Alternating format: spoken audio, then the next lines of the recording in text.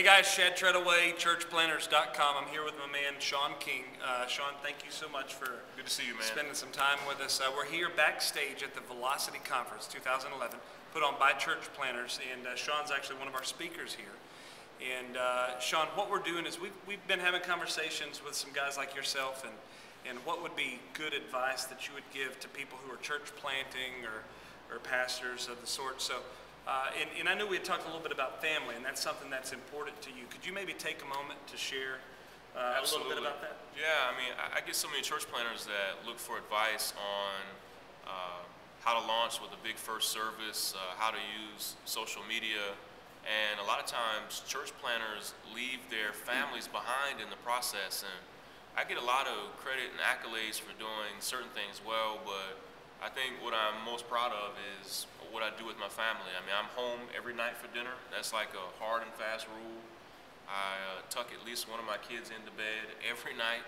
I don't cook all the time, but I cook, I clean, I do the dishes, I take the garbage out.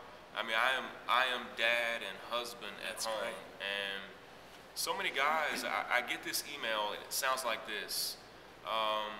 My wife doesn't want me to plant a church. What do I need to do to show her that this is what God wants? and a lot of times guys are so convinced, because God does love new churches, right. They're convinced that it's okay to leave your wife behind. You know, right. basically, I'm going to plant this church whether she likes it or not. Yeah. And that's a recipe for failure. Absolutely. Your spouse needs to be on board. And it took, and this is what people don't know, I had a dream to start Courageous Church for years before we started it. And one of the main reasons we waited was that my wife just didn't see it. For her, it wasn't the right time. Right. It wasn't the right time financially. It wasn't right for our family. And I didn't know it, but she was right. And it took my heart longer to catch up with that. But spouses often see what we don't. Right. And so my wife understood that even I didn't have all the skills that I needed to do it. And so a young man that wants to plant a church is often willing to make very dumb decisions. Sure. To jump the gun. And I would encourage you, the way you pitch the church plant to the person you want to be on board, you have to pitch it to your wife just the same way. Absolutely. And because the dream to plant a church is so personal, it's in your mind, you can't assume that your spouse immediately gets that. Right. And I would encourage people, don't move forward without your spouse. Take the time to cultivate the dream of a church plant in your wife's heart and mind, because if you go in this together, it's going to be exponentially better than you having a spouse that really doesn't want to be a part of the team. Yeah. And for me, I'm at my best when my wife and I are in agreement.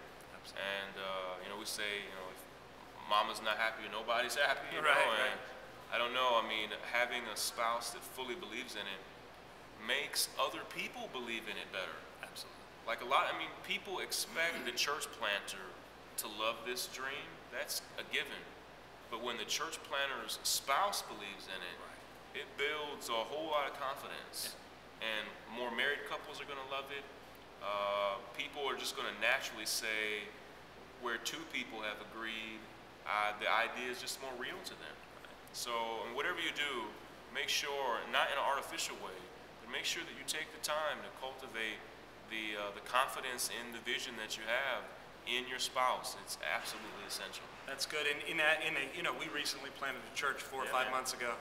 And, you know, I think it's easy, what you said is so true, it's easy to be so blinded by vision that your wife may see things that you don't see because our eyes are out so much, and that's so important. That's excellent advice, and something I think we all need to hold close. Now, just for a moment, twitchange.com and a home in Haiti. I mean, you've been shaking up things all over the world, and even changing the way a lot of people view social media and the way it's able to support the church. So thank you so much for kind of pioneering that. Yeah, man. And utilizing a tool that has happened in just with our new culture, the way that it is, you've utilized that in a way that has really impacted lives, even by the millions. People have been touched. Yeah, well, I think churches are just scratching the surface of what they can do with social media, and when we begin to understand that God will bless our efforts, we'll see that social media is bigger than a church website or a Facebook page,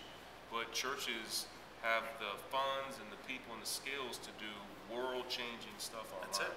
So, well, great. Well, and I know you talk about all this at your blog. Yeah, absolutely. Can you give everybody your blog web address before we take off so they can come and follow along? Sure. You can check me out at ShaunInTheCity.com, or if you just Google my name, Shaun King, ShaunKing, it'll show you all the Twitter, Facebook, the blog, all that stuff. Follow this man. He's pioneering a lot of things that a lot of us need to be on board with.